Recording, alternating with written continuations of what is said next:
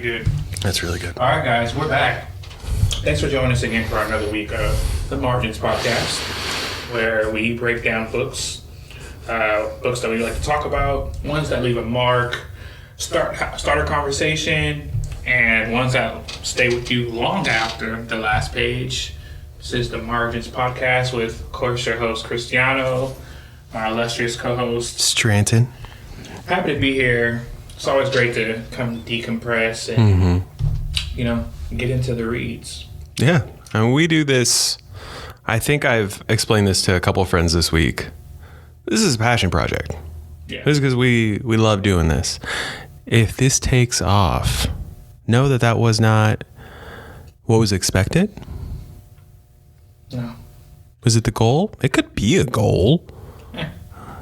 Ancillary goal. Yeah, don't miss me with that. But absolutely, I've had a couple of friends say like, "Oh, so you're gonna like stop acting and like pursue the podcast?" And I was like, "Yeah," because I wanted to go for one of the hardest industries to break into another one that's super saturated. Harder, Yeah. What else can I do? Let's up the ante here. What else can I do? I will say though that this is more of. I think, I know you understand, and anyone who is a creative, you like dabbling in any and everything. There was a time where I'll say that I was not self-righteous, but was judgy in the sense that I saw other creatives be like, "Oh, I'm doing, I'm doing music here, I'm doing acting here, I'm doing," and I'm saying like people just starting off, not made it. And I was always just like, is one thing not enough for you? Was one thing not enough? But I get it now because you got to get it out. Yeah. Or else you get clogged up. Yeah, facts. Yeah. And I think that this doesn't take away from the things we're doing. Right? So why not? Yeah.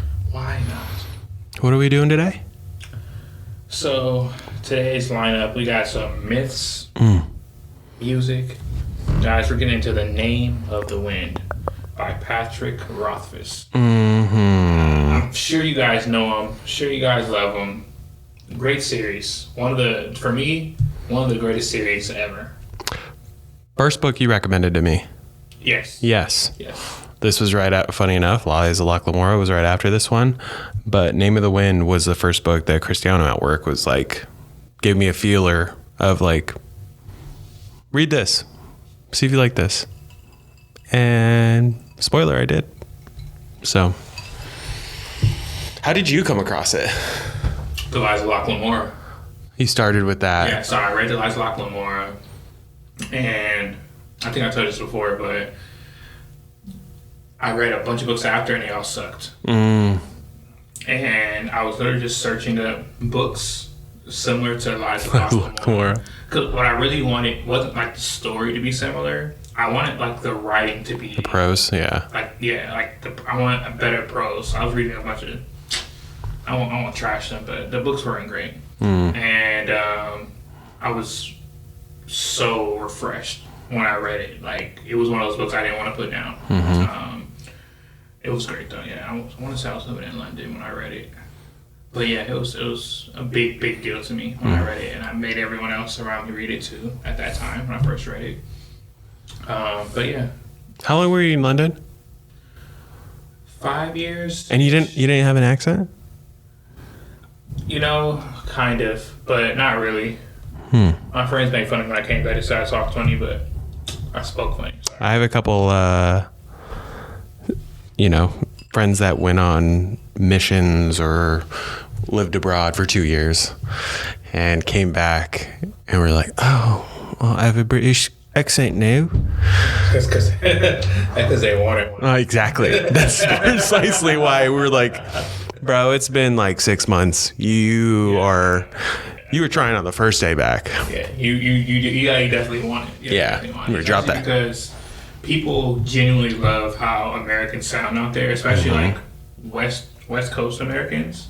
So everyone wants to hear how you speak. They don't really want to hear you talk like them, and that's everywhere. Like if I'm in China, they love our vernacular. I'm one of those annoying ass people that I hear an accent on TV and immediately I try to tap into it.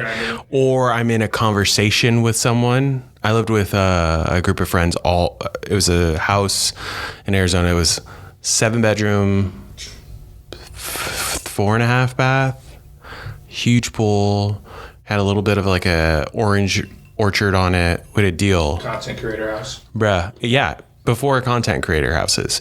And it was 7 guys. Yeah, 7 bedrooms.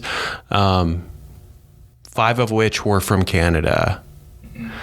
And so they would all have like their A's and not don't you knows, but that's like Wisconsin, right? Anyway, they would all say those things, and I started picking it up, and they would get so mad because they were like, it doesn't sound right coming out of your mouth. So it's not that I was like doing it and it was sounding good. Yeah. It was just mimicking. You know, what did it say? Mimicry, something about flattery. Yeah. I know what you're saying. Something about flattery. Yeah. It's the highest form of flattery. Yeah. Whatever. But whatever. Fuck that saying. But yeah, super happy to be here. Getting into the. That's my 13th reason.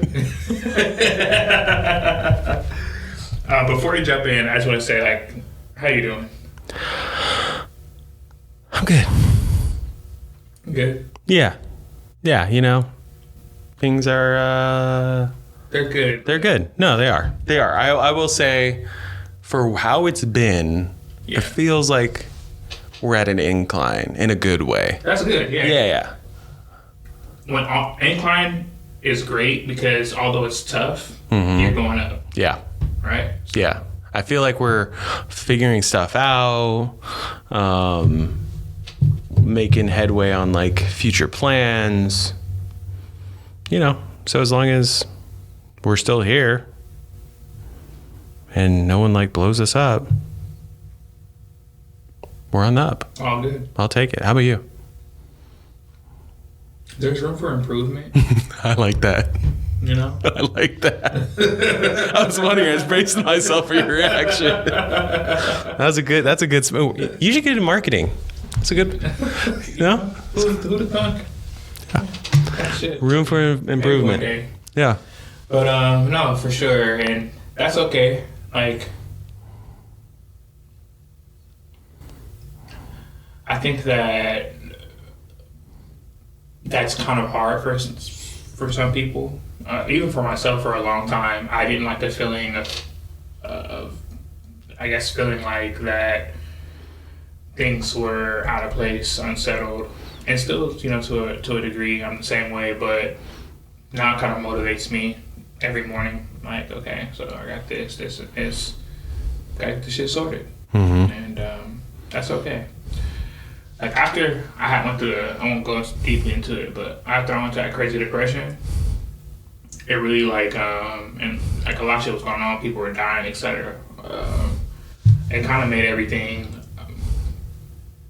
not less important, but less jarring. Yeah. You know, so put everything into perspective. It really made me start to think while I'm in the middle of issues. You know, sometimes you wait till you have the hindsight. For me, it's really important to catch it in the midst of it and be okay in the shits. So. Well, it's a lot of times too, and it depends. It's a case by case situation for me. I know. That's ideal as far as being able to be in it and get hindsight that quickly. Other times you're like reactionary and will do things to either do a quick fix and in long run, not so great. Not so great. Yeah. So yeah, that's a great trait to be able to activate. Absolutely. But yeah, you know, it's awesome. We're here. And, you know, gotta be appreciative of what you got. True. Every day. True. So with that being said, great transition. What do we got today? I know we have a special for our Between the Wine segment. So It's your birthday. It's my birthday. Plus, we were talking about mixing it up a little bit. So today we are drinking Center Stave, not Center Stage, but play off of that. Center Stave Kentucky Straight Bourbon Whiskey. Yeah, look at that. Love me some whiskey. It's actually really good. It is. There's like a hint of vanilla if you drink it straight. But we're drinking it mixed. No, we drink it straight. It looks a little light, like pineapple juice. The ice melted. Yeah, the ice melted. But yeah, I'm just, as usual, super excited to get into the reading. I think that whiskey is great for this reading. One, because we're getting into the name of the wind, and it takes place, in a bar. Very true. Or in. Yeah, but the key feature is the bar. Yeah. Yeah, so I think this is great. So before we get, into like the main part of it, I kind of want to ask you, like, what are some main things that you really liked about the book? Like, just overview, from like an overview. And didn't like, can get to that too. But. Okay. I love the writing. Like, it's very poetic, thoughtful. It just reads really easily. Like, you slip in real nice right away. Yeah. Super, super cozy. Children are listening. How dare you? Hey, I didn't say it. Yeah. Anyway, yeah, it's super cozy. I mean, the fact that it starts off in an inn, yeah, and then goes into a time shift, which we'd love. We're not talking about time travel here, guys. We're just talking about one point of time and another point of time. Yeah. And then I'm always down for some academia, Yeah. So you give me a good cast, I'm about it. And this delivers on the cast. I love these characters. Yeah. I think this is it was a great follow-up, at least for me, for reading Lies. The Lies of Lachlan Moore, because they had a really similar, like, great like environment building, world building. Plot points were great. The prose was top tier, and then the characters were so memorable. So I think that this series is very similar. I think that's all for me. That's all it has in terms of similarity with the Life of Lachlan Moore are those items. Yeah. That they both, Patrick Rothfuss and Scott Lynch, both hit on those really well. But yeah, that's. Just wanted to get like an overview of like what you thought, Oh, what I hate? I have to say that too. Oh yeah, go ahead. Bro. Is it a person? If it's a person, we're gonna get into that. I'm gonna tell him anyway. No, it's not. Sally Rooney, Normal People. Don't think you've read it. Have we talked about it? No. Love that book. It is a prime example of you bitches just talk. Just say the thing. Say the thing so the book, not the chapter, the book can end and we can have a nice resolution. Yeah. Solution to all things. Yeah. If you and you would just say, I feel this. Oh, you do? Right. Cool. Yeah, that's true. I get that. So there's a part of that in this. There's also... It's not only say the thing. It's deeper. No, I know. It's not only say the thing, but it's remember the thing. I've told you, I came to work one of the days and I'm like, he didn't remember X happening. And I know I'm the reader and I'm on the outside, but if it was like so important, how do you not remember at that point? Yeah. That's tough. But besides that. We'll get into it. Besides that. I loved it. Well, let's revisit this. Let's revisit that. Yeah. I think that's a great item to hit on. Before we jump super deep into the read, are you reading something new right now with your book club? I know you guys just recently. Yes, Queen. Bricked Up Book Club. We are reading Boys I've not started. I don't think any of you have either. It is Flashlight by Susan Choi, award-winning author of Trust Exercise. So I know nothing about this book, which is what I love about it. So I'll start it probably this week. I need to. I just got The Blade itself on Libby. Ooh. And for that reason, I'm like, if I read Blade itself, I'm going to be reading all 3 in a row. Yeah. So that's why I'm trying to pace. Like, do I burn through this book first? Yeah. Or do I do Blade itself the following 2?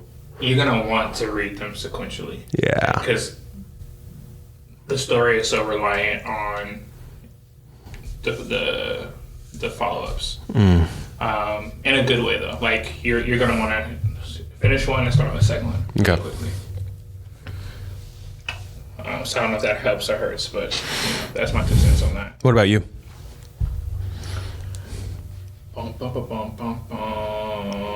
So I am still going back through the Red Rising series. I'm just finished.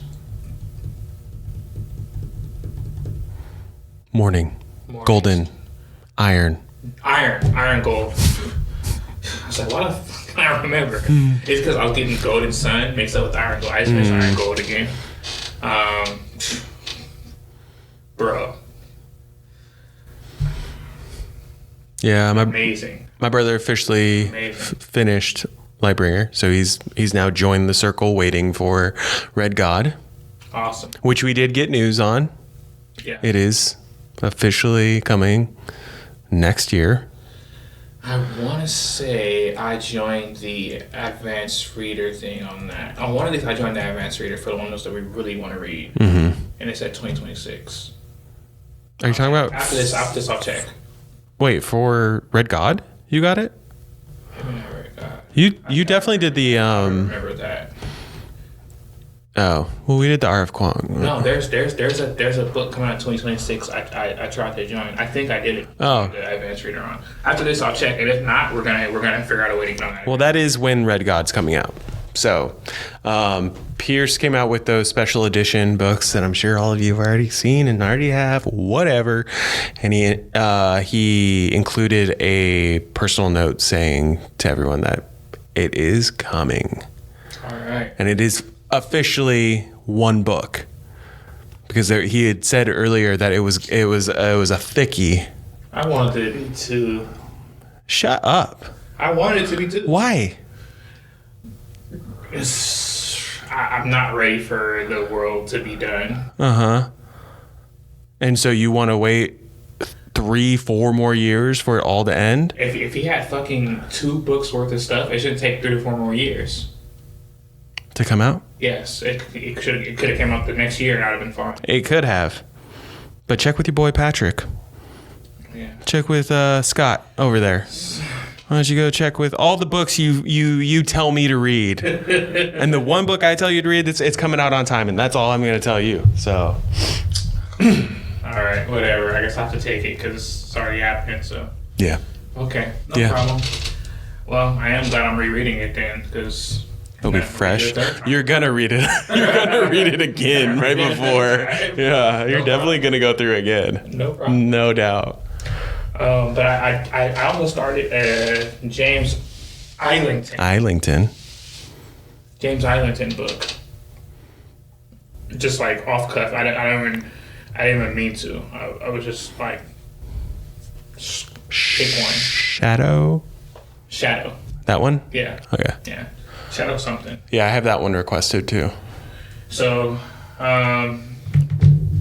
Next time we meet up, you guys will probably get an update on that. Or maybe not. Depending on what's in front of us, you know? That's how the cookie crumbles, guys. Yeah.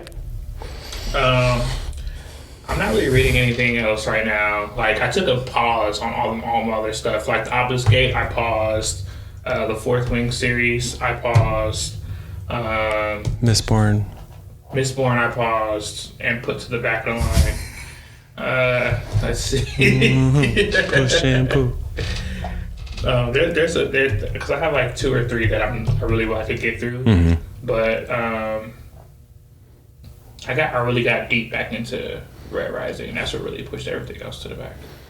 It's all right. And I have some TBRs behind me that I'll one day get to as well. We all got our repeat shows, you know? Yeah. I'm a sucker for watching The Office again. Yeah. Office, Fleabag. Never seen Fleabag. Oh. What's that about? Bruh.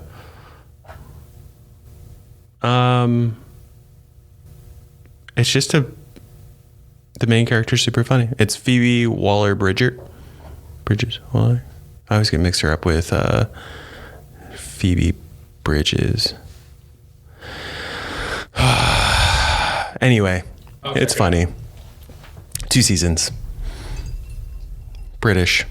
Oh, okay. Yeah. Was only going to be 1. I don't know if I'm gonna like it. They got her to come. What, you do not like British comedy?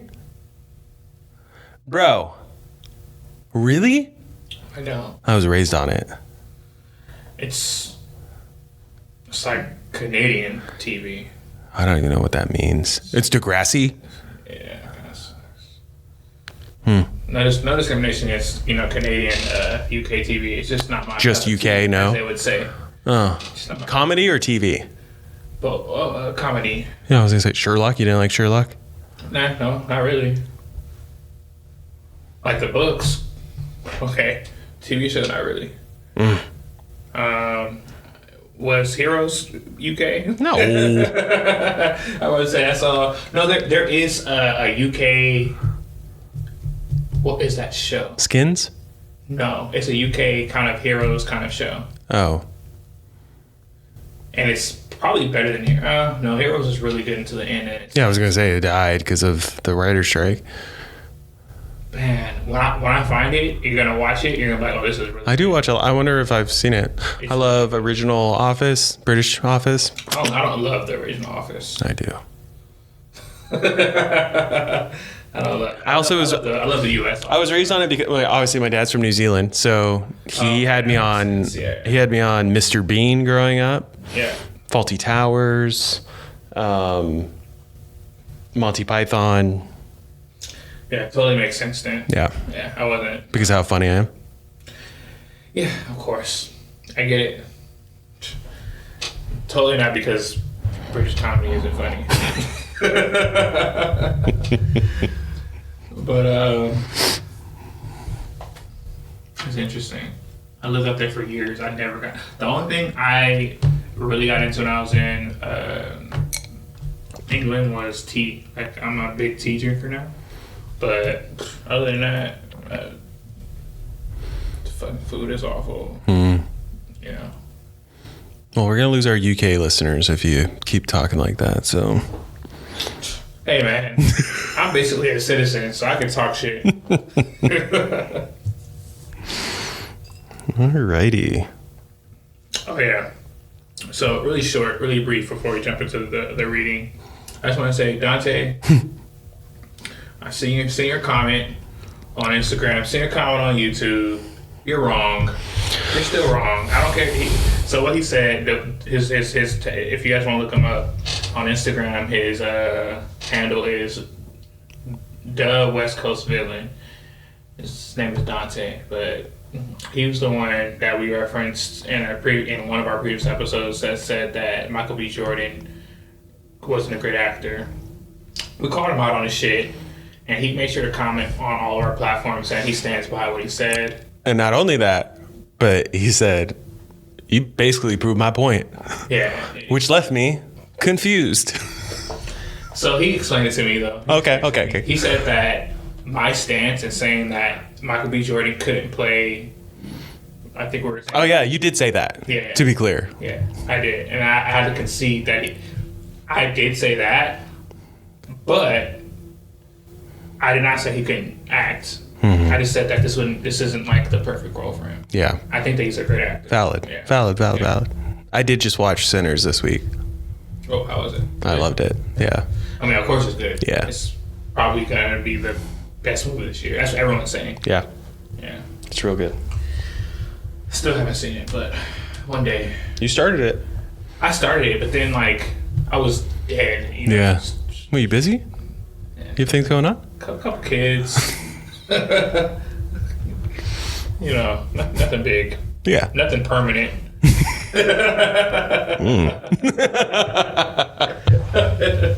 With some milk. Yeah. You know how it Go is. get some milk. I'll be right back. I promise. But so do you want to jump into a synopsis for those who have not? For the 2% of the people who are listening who have not read The Name of the Wind? Yes. Synopsis. Kvothe is many things. Magician, musician, orphan, legend. The narrative follows his journey from a traveling performer to a near feral orphan, his daring entrance into a magical school, and his eventful life as a fugitive. The story delves into the themes of love, loss, knowledge, and the consequences of power. This is book 1 of the Kingkiller Chronicle.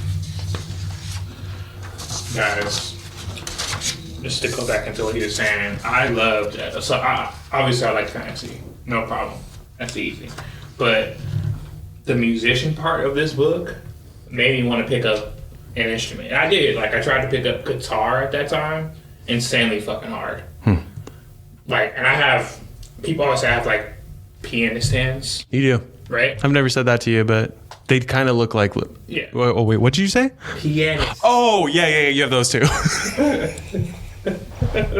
Got him.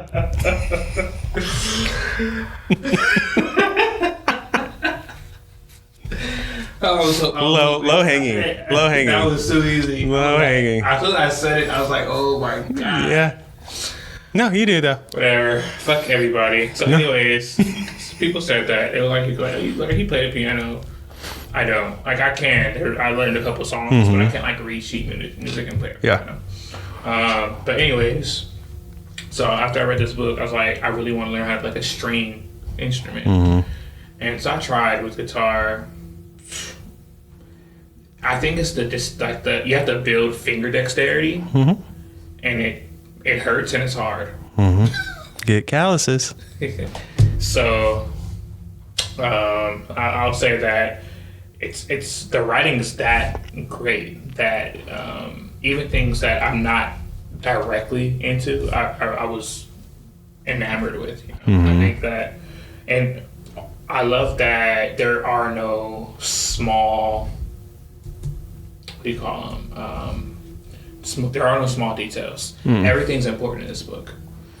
And as you're reading it, you get that feeling too. Like I have to pay attention to this. I just read, this is probably going to come back. Like, I think that's really difficult to write into a book without overtly saying it. You know, like, so it was good. It was great. I really, once again, one of my favorite series of all time.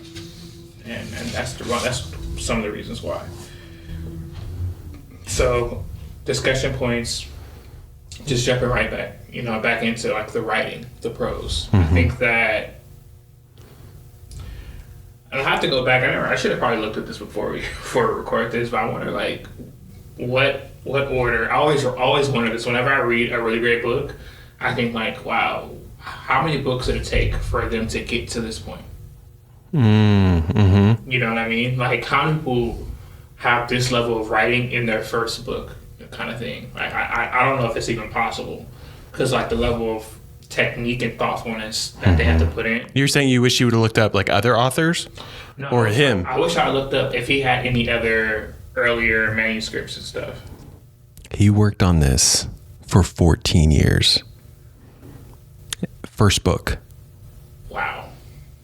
I did look it up right before. Wow. But first book, right out of, that's why it had like such acclaim. This is a very high regarded book amongst fantasy, sci-fi, fantasy, everything. But yeah, Patrick worked on it for 14 years and then released it. So I can see that then, because I know earlier, just now I said that to put out a book so complete would be really difficult for the first one. If you work on something for 14 years, it's going to be pretty polished. And he was started that writing while in college. So it was like living. Yeah, he was living it. Living it. I love that. Yeah. I love that. Yeah, I love that. So it matters more. It means more. Yeah. Yeah, I love that. So we don't have to go crazy into the prose because I think that everyone gets that. It's just it's a well-written book. Yeah. Do you have any favorite uses of magic? Because I thought that was something that, and I can't really remember because it was years and years ago at this point. But before this book, I can't say that I ran up against magic system similar to this because it's almost like it's a mixture of things. So you have spoken magic, you have written magic, and the written magic is almost just like engineering. It's almost real life, to be honest. And I remember when I was in college, I really enjoyed. I guess I don't really want to get into that. I don't know if I can. It might be a spoiler. But anyways, so there's some engineering stuff in the book. Yeah. Or something similar to engineering. I think that, and once again, nothing's like small here. Like, you know, this is a major attribute of this book. Like building things and magic. Using like runes and naming, spell casting. Yeah. I don't think it's super spoiler. I know the object you're talking about. You know? Yeah, and I agree that is one of the cooler things. You're talking about the one that eventually gets lost and needs to be made again. Yeah. Yeah. Super cool. But that whole section of him in that class or that workshop, he creates different devices that it could be as simple as a lantern that is magically powered, to a weapon. I think that's actually somewhat of a gray area depending on how it's made. Weapon, protection. Yeah, like a crossbow. Yeah. So it's not done. There, you cannot do it unless you are like a master. Yeah, you have to be an advanced student to get to that point. So it's not like, he just goes and does it or whatever. No, he has a superior, a professor that basically has to check off him being allowed to do that. But yeah, I love that aspect of this. Definitely. I think that, and this might be jumping ahead a little bit, but one of my favorite aspects about him is that nothing felt given. You know what I mean? Like, you know, a lot of times you read characters, just plot armor everywhere. Harry? You know Harry Potter? You talking about my boy Potter? You know, I'm not talking about Harry because that's my guy. Oh, I know. Me and him go back. Yeah. So I'm not trashing Harry, but I just think that a lot of writers rely on plot armor to advance how their characters get to some level. This one was really well thought out. And it goes back to like what you said, the time change, how you get to read about him as a small child to the here and now, the present him.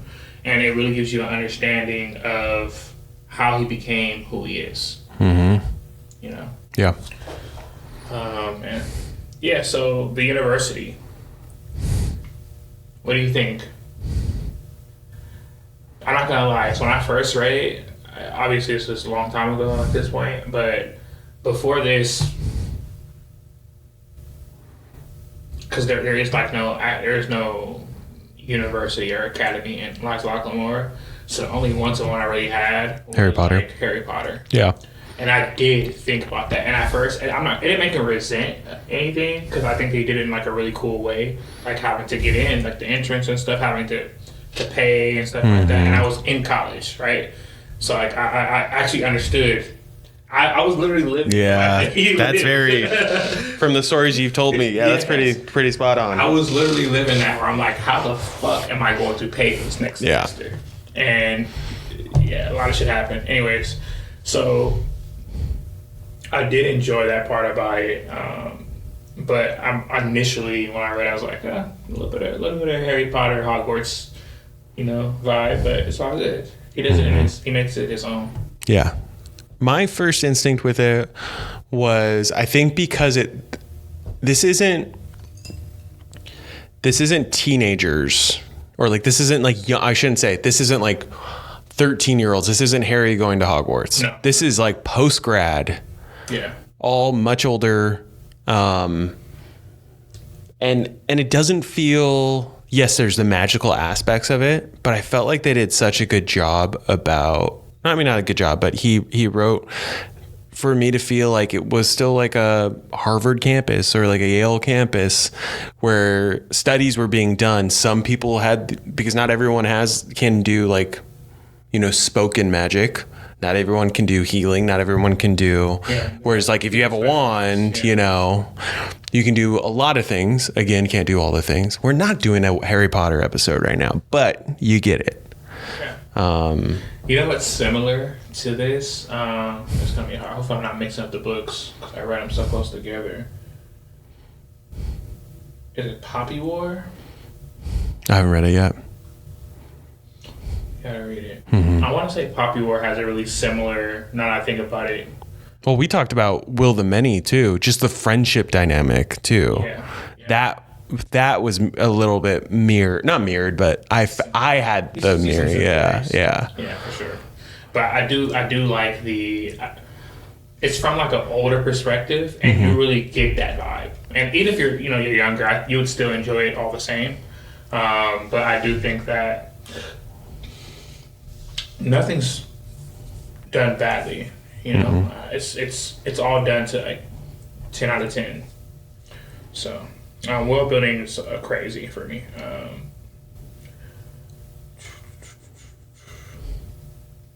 The framing device. So that's something I wrote down I wanted to go over. Because I'm not going to lie. At first, that was the one thing I didn't. I didn't say it earlier because I asked you what you like, what you didn't like.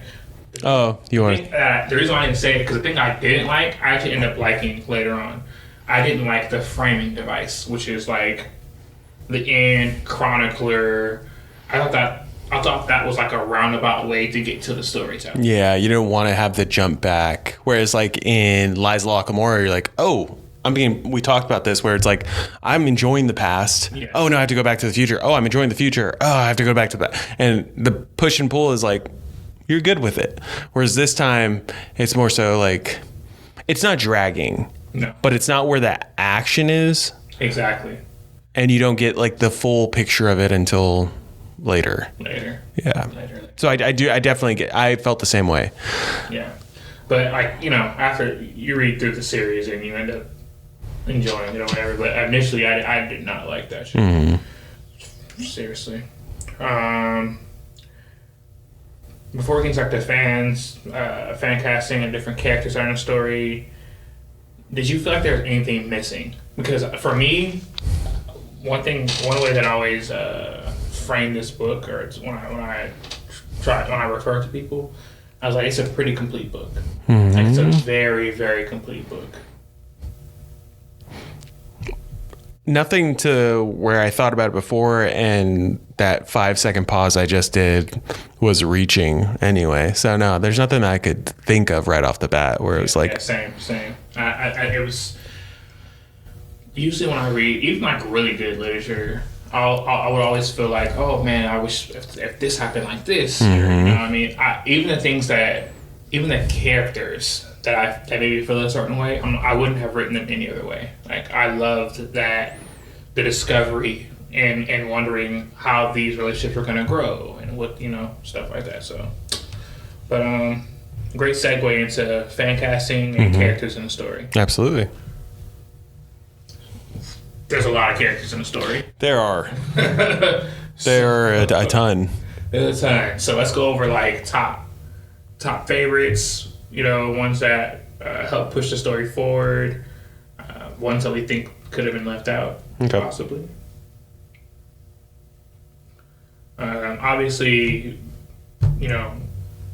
Kvothe is going to be one of everyone's favorites because how he's written. He's a great story, and people like myself or you or anyone can kind of see themselves in him as a main character.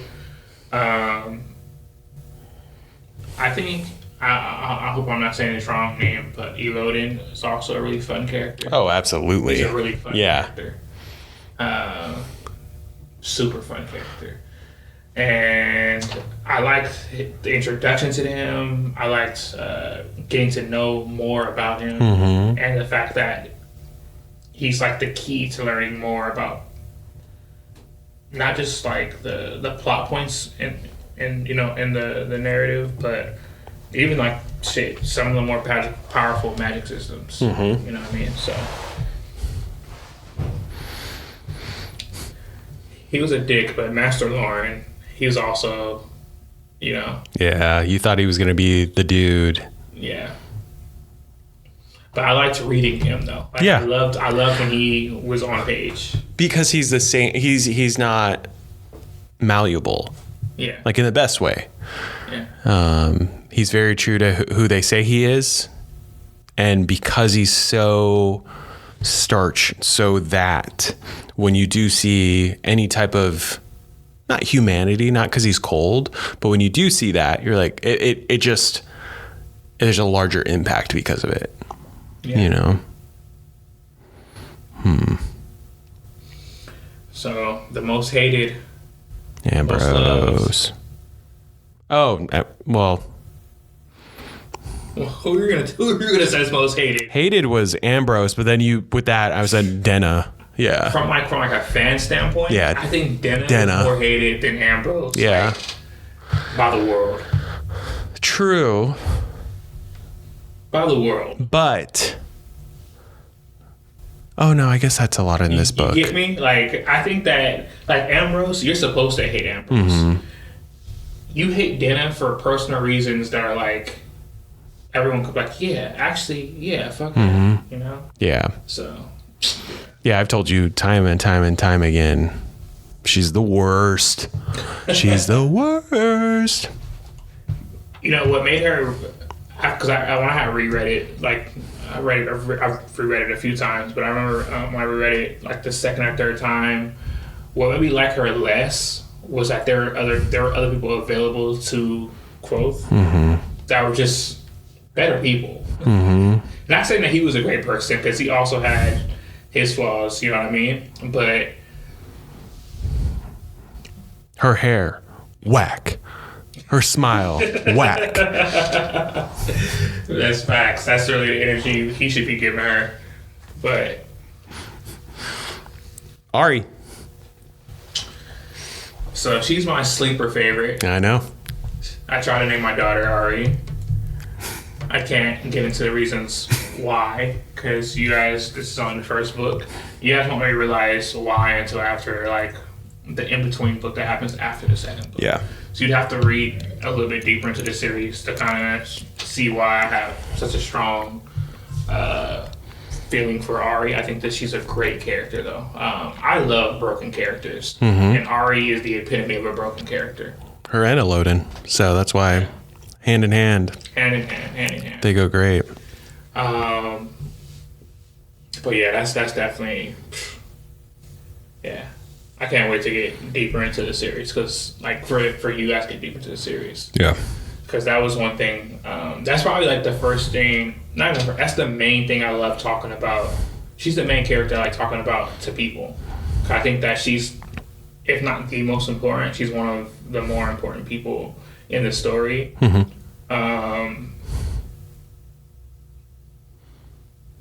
yeah, something to get into later. Devi. Did you think they were gonna have something? You thought they were gonna have something going on, or what did you think? I feel like when you were reading it, you had said something about it. I can't really remember. This is right when he had needed a loan. Yeah. I can't remember what my take was on that. I forgot, but because then you went and read more. But yeah, you were like, you had just read her character, but she's cool. I love Devi. She's cool. Yeah. Good peeps. And Fella. Oh yeah, absolutely, Fella. Fella's real deal. Fella should have. Patrick wrote Fella real well. Yeah. Fella should have been Denna. Yeah. But for whatever reason, Patrick's soft. Yeah. Yeah. Whatever. And then obviously Kvothe's boys. Yes. Both But- on here? What? It's kind of like Will and Minnie. Are they really his boys? Yes. They are. We talked about this. They do know him. They don't know everything, but no one does. And that's my point. That is my point. Well, then he has no one. That's been my point. That was my point with the Will and Minnie too. And that's what made him a bad friend. That's actually why I said that he has his close negative attributes and flaws have to do with his inability to not get over himself, but he almost starts to like believe in this legend, and he's on this path not realizing the destruction that happens until it's too late. Like, the story starts off with him taking a break from everything, right? He's like in a lull. And you start off with them telling a story about his legend or whatever. And I think that a lot of those things wouldn't have happened had he been a little bit more clear of mind, a little bit more honest with people, a little more honest with himself. I can't really get deeper into that. No, that's why I'm like, Because spoilers. I'll give away some good plot points. Our boy went through a lot. I will say that. For you guys that have been sticking around for the pod, for this episode, I know it's in the description, it said it. But Kvothe is a magician, musician, orphan, and legend. The orphan part happens pretty quickly. So it's not, if we spoiled it, we already spoiled it. Might as well tell you that. But he is on... No, that's a spoiler. No, I don't think so either. But it's the catalyst that kind of sends him in that trajectory towards the school and learning more about magic, becoming who he becomes. So just know it's not Batman. He's not Batman. No, not in the least. He's kind of like Batman. No, I can't, because Batman is... Vengeance. Okay, so that part, yes, he is Batman. But he's not like... He's a shittier Batman. Oh, absolutely. He's not I was saying I guess that success comes with being Batman. I should say he's not a successful Batman. Yeah. But as far as being an orphan and then choosing to pursue vengeance, which is amazing. Yeah. Like, it made I was hot reading it. So that is the tagline I will give you. Yeah. Do you like Batman? Do you like success? Choose one and move forward. And figure it out. Because you will not get both. You definitely won't get both. No. You definitely won't. But I think that other than vengeance and being an orphan and being a magician and a musician, the people around him built who he is. So his best friends, Willem and what's his other friend's name? His name is, sorry guys, Simon. I always thought it was Simeon. There's no Ian on there, huh? Simon, yeah. I had pronounced, in my head when I first read it, I pronounced it Simon, but we call it Simon. Simon. No, it's... Oh! Sorry guys. Quiet on set. Guys. Rolling. Good? Cool. But yeah, so I do think that like he took pieces of each of the people around him, and he allowed that to be like the positive parts of him. You know what I mean? And even Dinah, Fella, because Fella was brilliant. Without him, he wouldn't have been able to make it in school. Yeah. Yeah, but it was good. It was great. I love the characters. I think that Bast. Yeah. Bast is such a huge character in the book. You meet him really early on. He's cool. At first, I thought he was there for like comic relief, and then you very quickly realize how serious the character is. Yeah. He's real deal. Especially in the in-between books. Yes, I haven't read that one. So what happens is... You can tell. I know I could tell you, guy. That's the worst. He's the worst. Anyway. I fucking hated I didn't hate Chronicler, but I didn't really like him at the beginning. Then I was like, he's whatever. I could do without him. I love the Chandrian. Mm-hmm. The whole mythology behind them. I almost wish that he would have leaned more into it, though. I think that it's almost like the White Walkers and Game of Thrones. Yeah. Where they're like this big bad that floats around the story. Mm-hmm. Yeah, we still don't know much about him. Exactly. And we're at the last book, which is why I don't know. Because this is supposed to be it. Like, I think it's like what the... Were you about to say it should be 2 books, and then you realized we were talking about a different series? Yeah. I saw it in your eyes. Like, I'm gonna get... Oh, wait. Wrong. But I actually don't know, because, like, it's called the Dory Stone, right? That's Yes. Nothing's gonna get fucking answered. I've been waiting for 15 years, and it's like when you're watching the series finale and you pause it once and you're like, there's 6 minutes left. There's no way we're gonna find out everything we need to. Yeah, I get that. Yep. But I think that those are great characters so far. Hallex, whatever. Hallex, great villain.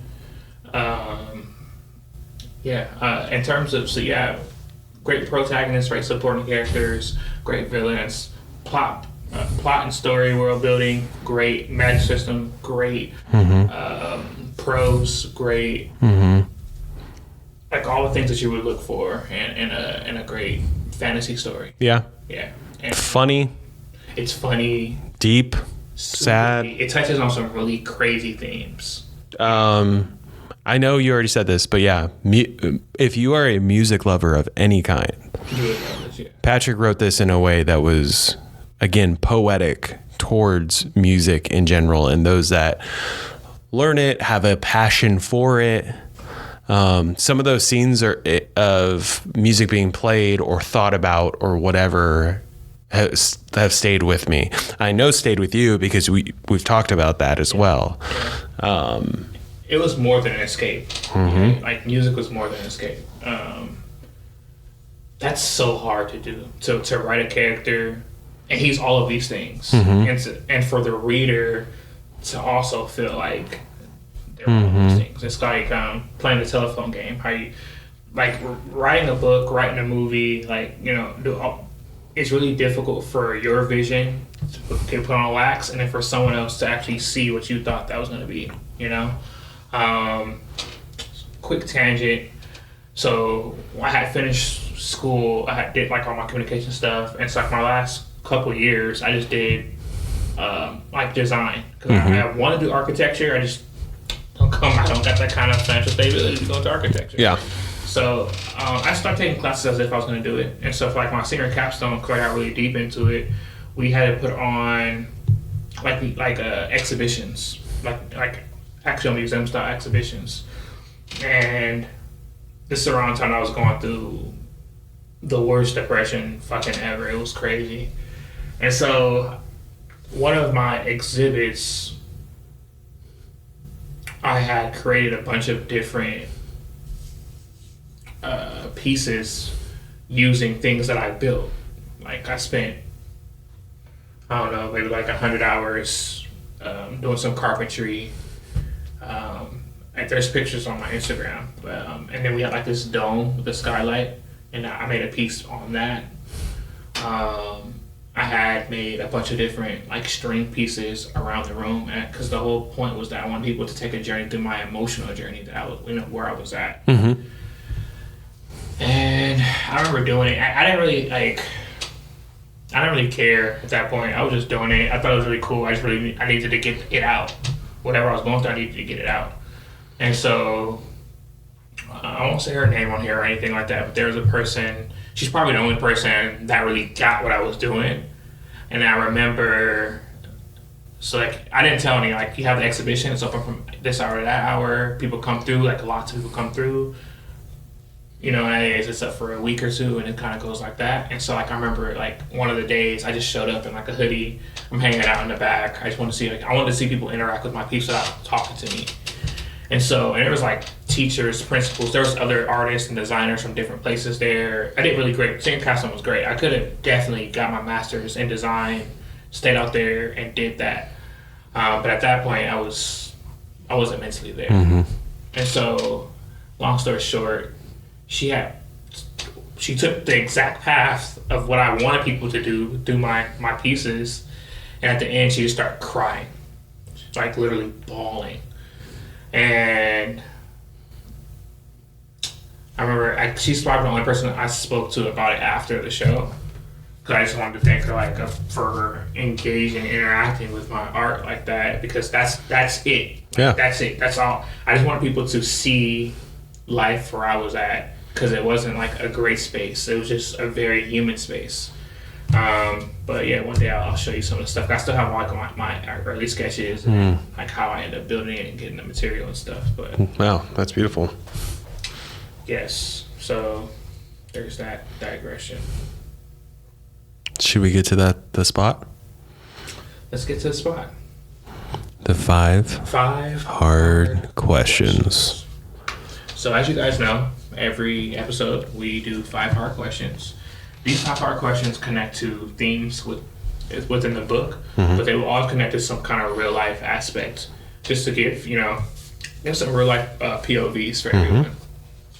These 5 hard questions are written by one of us. The other person will have no idea what's on there, so it's usually pretty quick reactions and thoughtful pieces back. Even for myself or whoever's reading it or whoever's writing it, if it's him, we don't really try to engage with that much because we want to have it fresh. Yes. So, with that being said, let's hop into these 5 hard questions. So this one is more book-based, because sometimes we get like very, we get pretty internal. So this is more based on the book. But if names hold power, what happens when or if the world misnames you?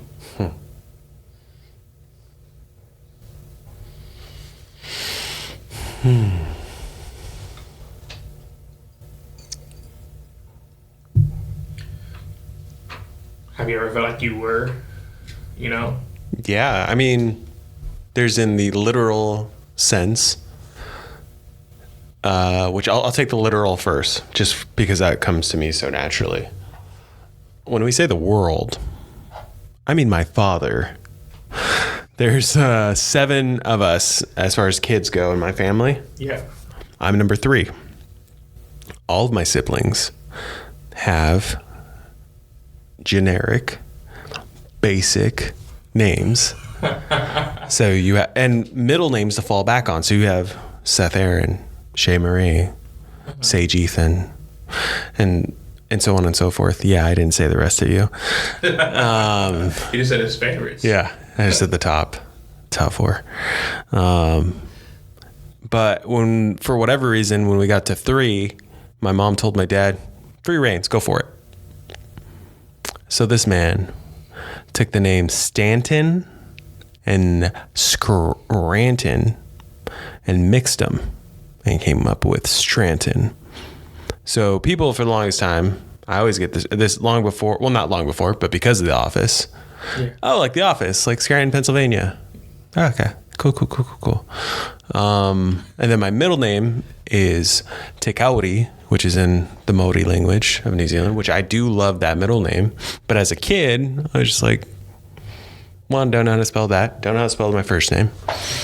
So my mom said, yeah, you can name them, but I'm going to call him whatever I'm going to call him. And as you do with babies, as I call my son right now, I say Bubba all the time. Well, I had Bubba till 6th grade on my papers. The real ones know, like my family to this day knows me as Bubba. Like everyone, probably the listeners that have known me that are listening right now know me as Bubba. Okay. So that is just how that's the one that stuck. And when I say to 6th grade, I mean, in 6th grade, they told me to stop writing Bubba on my papers, and I had to manually try to remember how to write Stranton, every time. So anyway, I did have that thing where I was like, I don't know that name. And for whatever reason, I thought Bubba was like so much better. And now I'm older. I'm like, bruh, you from the South? I don't know. That's what everyone always expect. Whenever they saw me, like, oh, you don't look like a Bubba. But I don't look like I didn't look like a Scranton, but I did grow into it. But I grew into it. Yeah. So that's in the literal sense. I love my name now. Not enough where I pass it on to Max, but I did pass my middle name on to Max.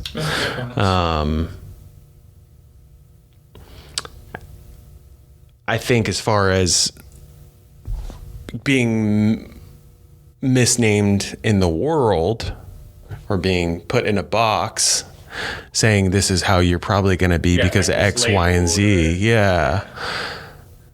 People tell you who you are. Which again, this is the Margins podcast. It is for multiple reasons it's called that. One of the reasons is because how we are, how we look, and our backgrounds. So I have felt and been mislabeled multiple times throughout my life. Both for appearance or religious aspects that I've talked about before, multiple reasons. But it definitely puts or can put a chip on your shoulder. It can definitely fuel you to be, better or not better.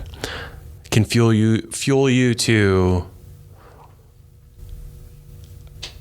prove you feel like yourself.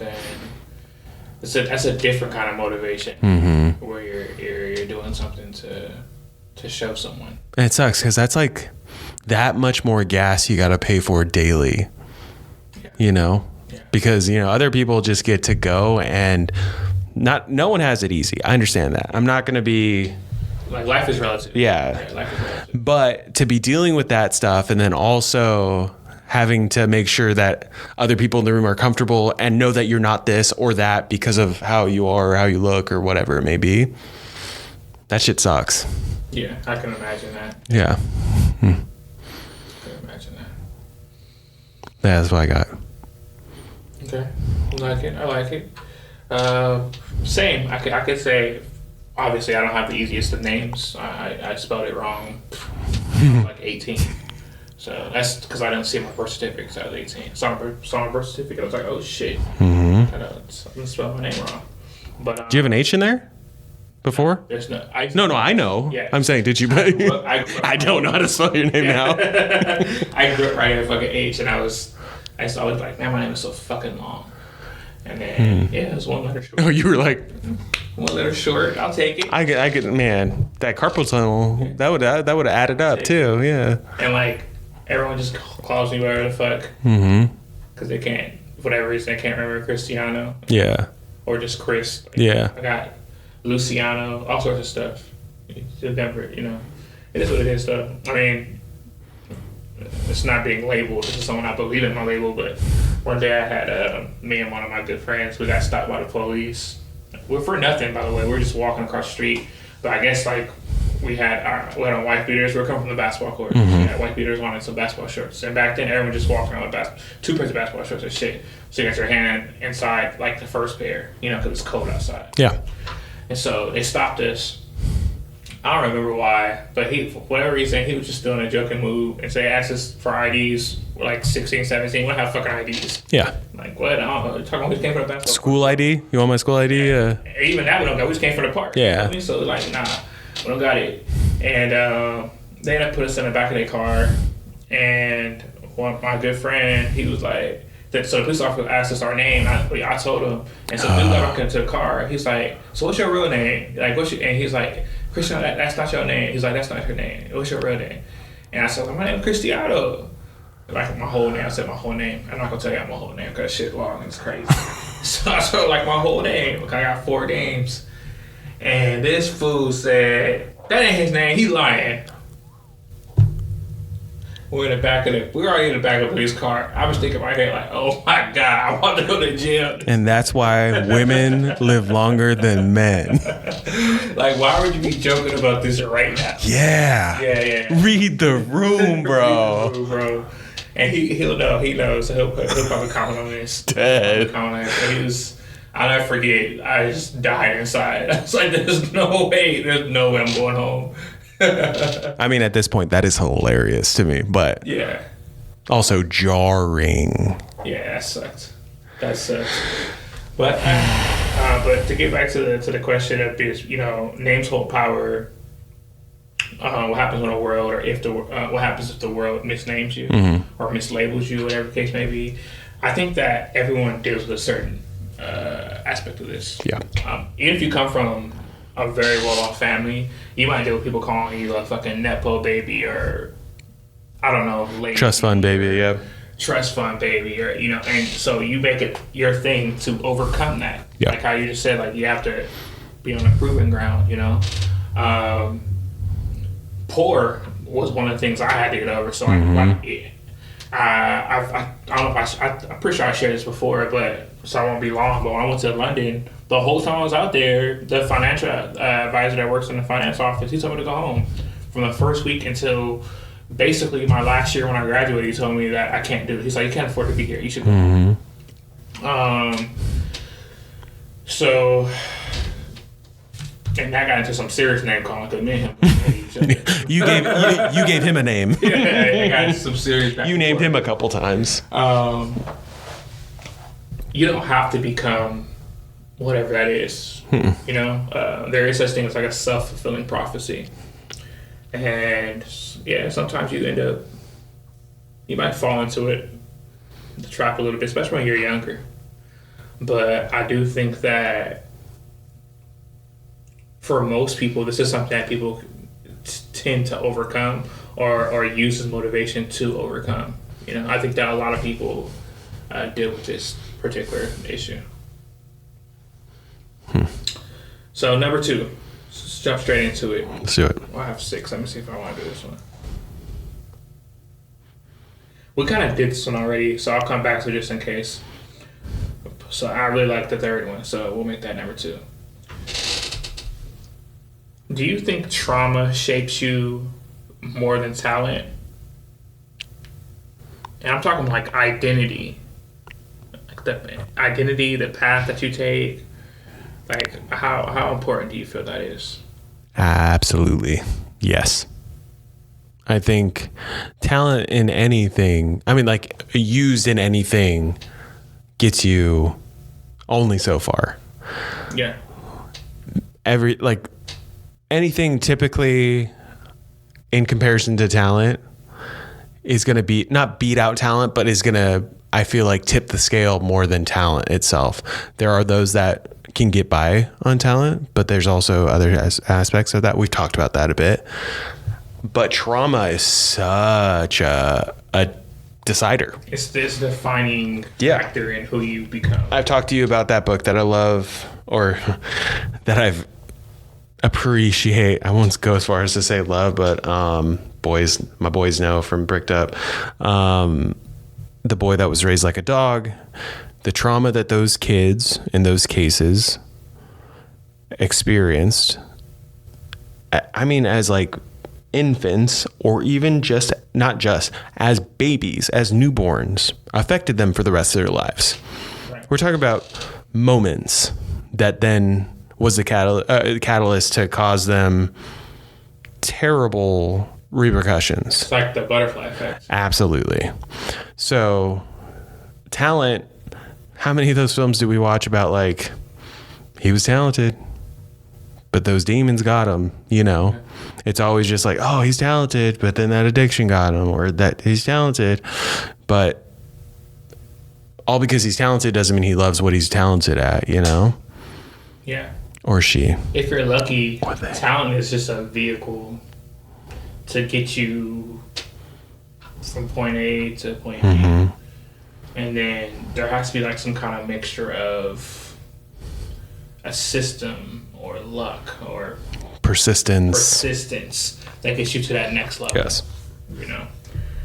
What about you?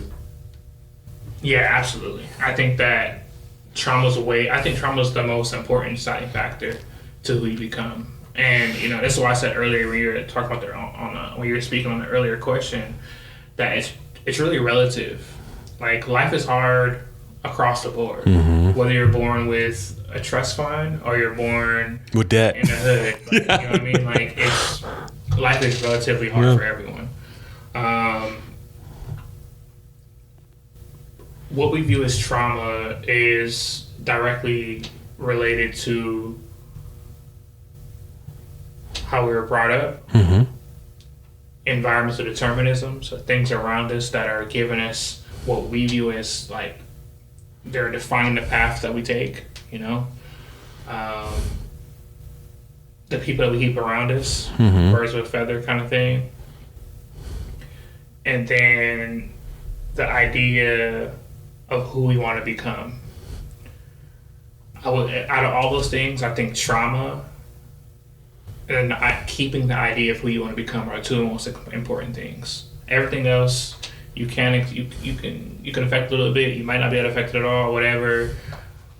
But I think that how you react to the trauma and your ability to stay focused on who you want to become and that path you want to take ultimately will define, you know, who you'll become. But yeah, I think it's super important. You have to have some rough times to really understand the depth of who you are. I call them like aha moments. So my close friends will know what I'm talking about. But that moment where you're in the mirror and you're like, I'm here. Like, I'm really here. And this happens a couple times in your life, you know? So like when you're a teenager or maybe a little bit not younger than a teenager, you're like, oh shit, I'm here. Like, I have my own life. I'm here. And then when you become adult again, you have that same aha moment, but at a deeper level, because you realize like you're the proprietor of your life. You know, everything that's good or bad, you now define and decide. You're saying you have a moment of clarity of presence that is so clear. Yes, and everything else before that seemed like foggy. Yeah. You know what I mean? Like, it was clear up until that point. It was almost like you're on autopilot up to that point, and then you're like, oh, yep, I'm in this. I'm doing this. I'm here. It's like I get that. Here moment. Yeah, definitely. And I think that trauma is one of the defining factors in if and when that happens to you. Yeah. You hear it all the time. Like, people off cuff will say, when you're gonna grow up? Not like to you, but like, you know what I mean, just in general, like, or when is this person gonna grow up? When is this person gonna learn? Like, not knowing this person just hasn't had that aha moment where like things really collide into like a punctum for them. Something, a very specific defining attribute. Like Dante. From it's not here. King of Ashes. King of Ashes is here. Yeah. Oh, is it? Oh, it's over there. Yeah. Yeah. That Dante. Just to be clear. Yeah. Not Dante the homie. No. Not the homie. All right.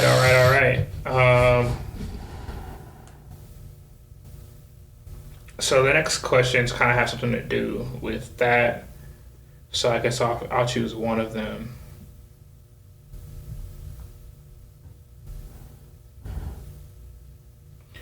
Are you defined more by what you've lost, or more of what you've gained over the years? Like, who's straying today? Gained. Absolutely.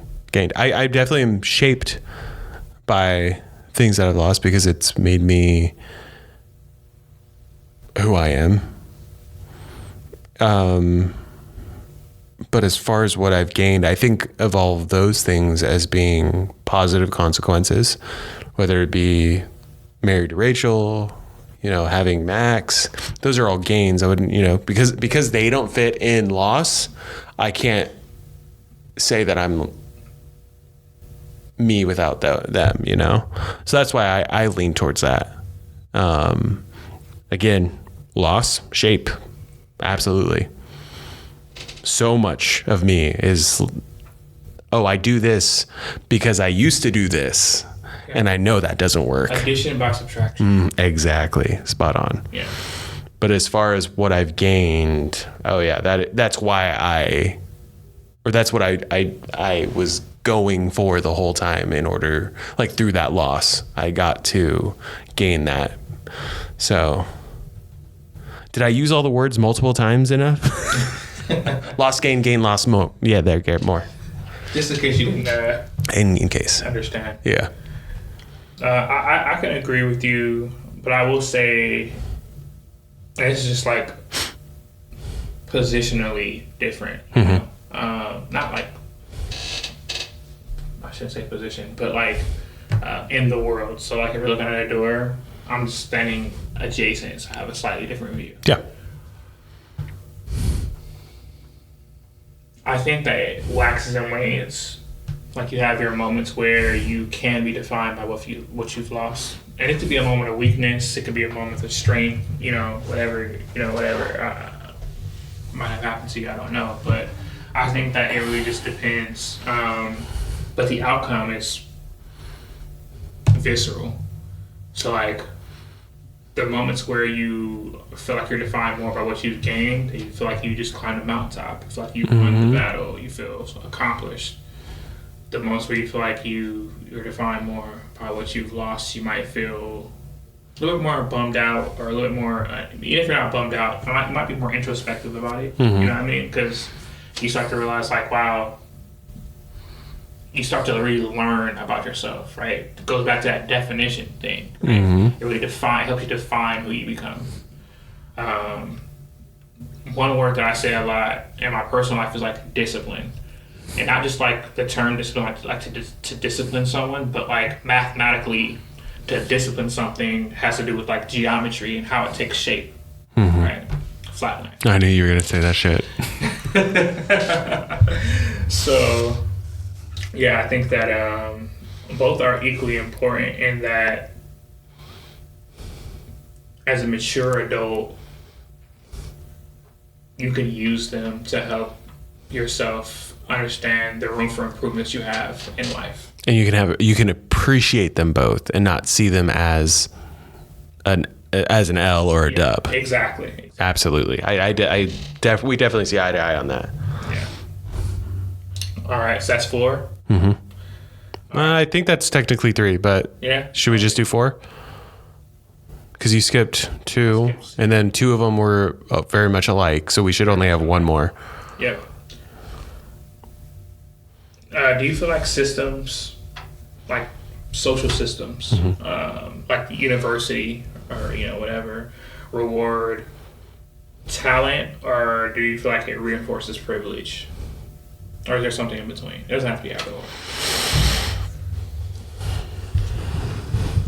I think they reward conformity towards, and that's not me trying to be like, conform, like don't conform, but I think that if you are able to conform to what they're asking for, which doesn't require talent, doesn't require privilege to a degree, depending on, money, obviously, huge aspect of it. But say everyone money-wise was the same, I feel like most systems are like, do it how we're saying to do it, and you'll be rewarded. Whereas,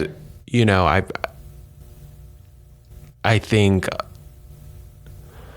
I don't know. I think before I might have thought, like when I was younger, you had to be like super smart or super talented to be able to get X, Y, and Z as far as systems go at a university level. Whereas then you talk to so many people and like, do you know what the difference between a doctor that got straight A's and straight C's is? They're both doctors. Yeah. One I hope is the one that covers me, but also we don't know where they go from there and what they like learn and what they absorb. Anyway, that's a did you guys know that the podcast was originally called Read, Rant, Repeat? I've been meaning to bring this up. Yeah, it was. Because I think that name is still very much, it's correct. It's in the bones. It's in the bones. It's in our bones. We live that.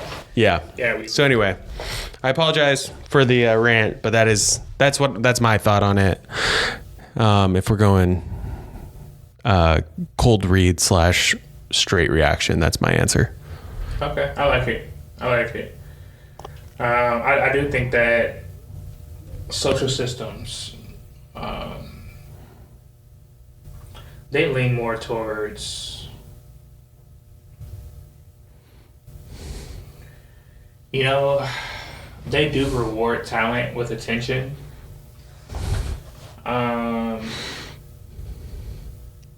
I definitely answered on the educational side and not so much the social system. Yeah, that's fair too. Just to be clear on those, yeah. It is technically a system, yeah. A social system. Yeah. Right. Because it's something that we've created to not just help us get further in life, but it also helps us discern what people are going to end up doing in life, who they become. What tier they get. Value. Value. Yeah. People place a value on you depending on how much education or how much education they feel like you have. Yeah. So that's perfect. I think that they definitely reward talent or what they view as talent, whoever they is. And then I think they also reinforce privilege, though. Like, I think that's why some people have trouble getting by and getting through or breaking through, like, the glass ceiling or whatever the case may be, because, as you said, there's a level of conformity that everyone wants to keep. Because, I don't know, I guess it's like a thing where no one wants to break ranks, you know what I mean? Like, no one... Even in a world like right now where people feel like they think that they're all striving to be different and independent, like all social norms have never been more homogenous, you know, because of social media and internet. We're all doing the same dances, wearing the same clothes, eating the same food, going to the same stores, seeing the same people, speaking the same language, right? And as time goes on, more languages get tossed out. Like we're becoming more homogenous as life goes on. So there's definitely some inherent system that's rewarding and reinforcing privilege. Yeah. But yeah, so those are our questions. They were good questions. So yeah, guys, that was 5 hard questions. 5 hard questions. Obviously, it has to do with The Name of the Wind. If you guys have not read this book, please do.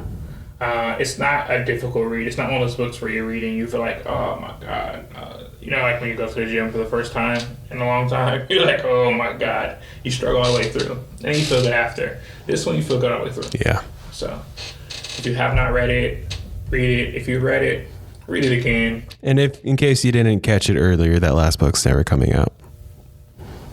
So, it's a good time to read it. That was a good... Read it now, read it in 30 years. Patrick, send in the manuscript.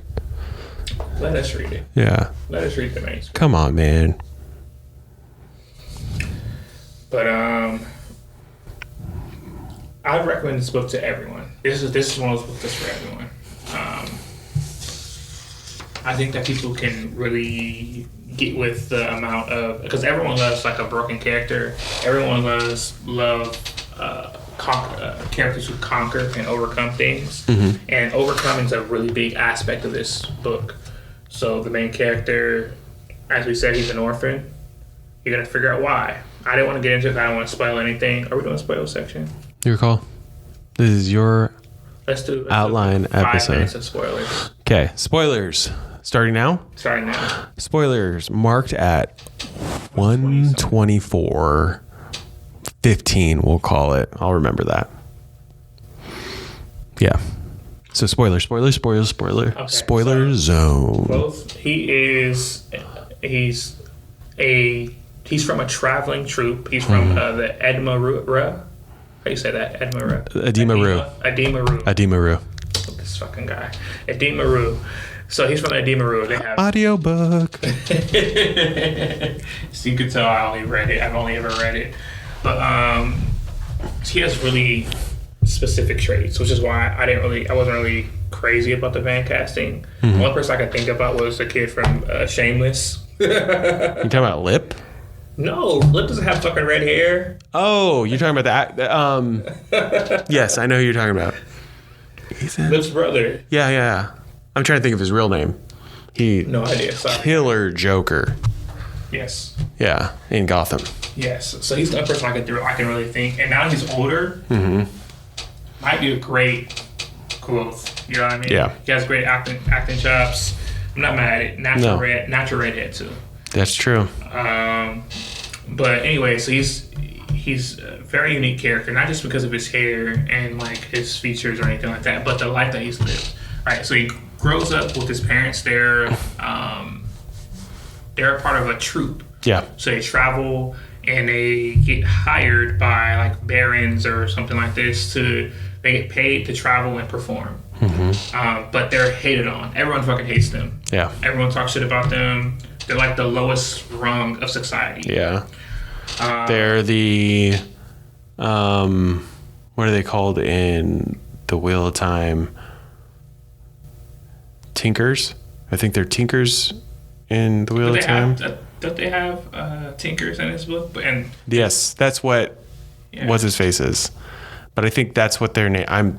That's crazy that I can't remember what their name is. Anyway, and then I would say like in nowadays times or in our history, kind of gypsies. They're gypsies. Yeah, the gypsies. So they're definitely based on gypsies. Absolutely.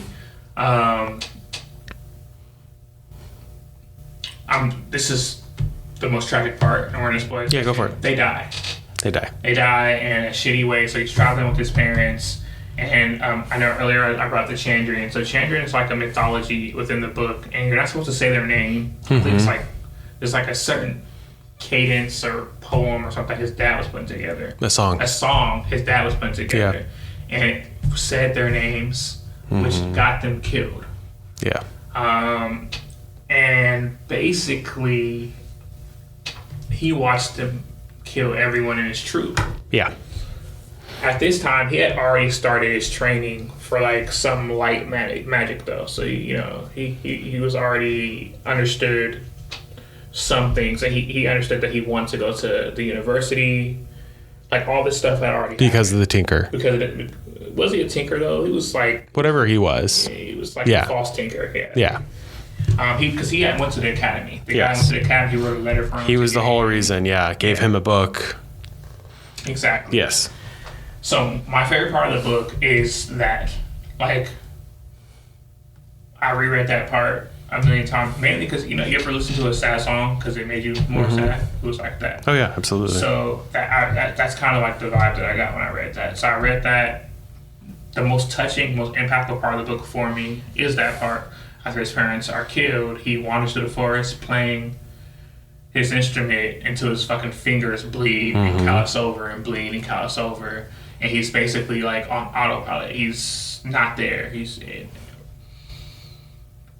And I don't know why. I mean, I do know why, but I'm not going to talk about it. But that level of trauma and tragedy really affected me in a lot of different ways. Like, 100%. And so, still to this day, it's my favorite part of the book. Because I think it's the most human part of the book.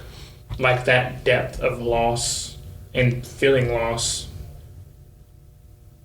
and then becoming who he was again was super important to me at that point in time in my life to have read that. Trying to think of a spoiler that was like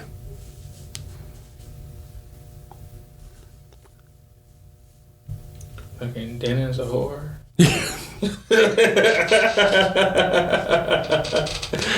Denna's the worst. The worst, bro. She's like, what's Forrest Gump's girl? Jenny. She's like Jenny.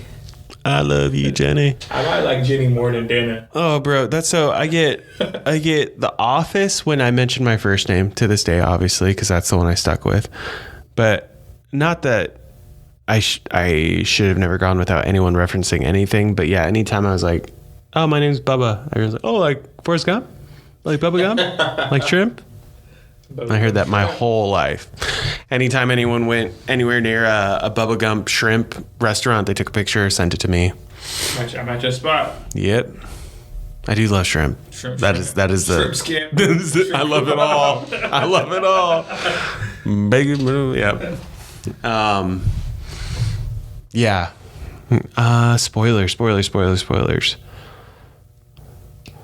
There's just so much. We were talking about the devices he created earlier. The one that we were talking about was the protection one that he created. The scale was it some? It was a. He wore it on the inside of his. Well, he moved it around, but he like an inside and had to be touching his skin. It basically helped him ward off other spells that were being implemented on him. Yeah, by Ambrose. Ambrose, was big old dickhead. Fucking kill him. Yeah, he was gonna off him. Yeah, for good reason though.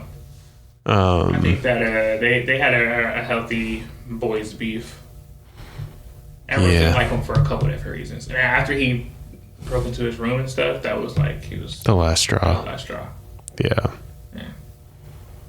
I said for good reason, not for a great reason. No, not for a good reason. Yeah. For a good reason. He's just a dickhead, but you know he's a dickhead who comes from a powerful family, and then here comes this new hot shot. You know what I mean? At this time, that's what it was. Sorry, finish his thought. My bad. Remember, I was like, oh, just Sally Rooney. Normal people, just say the thing. There's that. But the part where I was saying, just remember, dude, the little girl kept coming, looking for him. Yeah, she did. And she kept coming up and asking, and he didn't get to see the girl. You guys don't even know what I'm talking about, but you know what I mean. I know what you're talking about, yeah. But basically, a character that he gave a gift to, very specific. She came looking for him as he told her to if ever she needed help. And the telephone game that was happening between his friends about like, oh, this little girl came and said that you gave her something that was enchanted. How many people have you given something out to? That's it. One, bro. That's it. Yeah. So you should probably remember him. Mm-hmm. So anyway, that's what I was upset about. I remember telling you that. That had to happen though. So I guess that was not plot armor, but that's something that he had to shape like that because he couldn't go to where she was at until he was chasing. He was up Dennis' ass. Yeah. You know, and then all that shit happened with her. Her benefactor was supposed to be there. Yeah. And then we'll get to that. We're getting out of the spoiler section, but we said 5 minutes. So like anyways, so all that shit happened. It's a great guy. Just check it out. Lots of shit. People die. People love, people lose. Bast isn't human. He's not human. But he's more human emotionally than a lot of people you read in this book. Well, at least more than Ambrose. I see him. Yeah. Oh, yeah. Ambrose. But I would love to hear more from you guys. Read the book. Let us know what you think. This is a series, so we'll do a follow-up. And The Wise Man's Anger? The Wise Man's Fear. Which actually goes a lot deeper into the story. It's anger because Patrick needs to finish the book. Don't worry, Patrick. I still love you guys. All right. Well, thank you guys for checking in with us. This has been another episode of the Margaret Podcast. We just went through The Name of the Wind by Patrick Rothfuss. And we will see you guys next time. Yeah? Yeah. Anything else? Let's do it. Next time. See you guys next time. See you guys.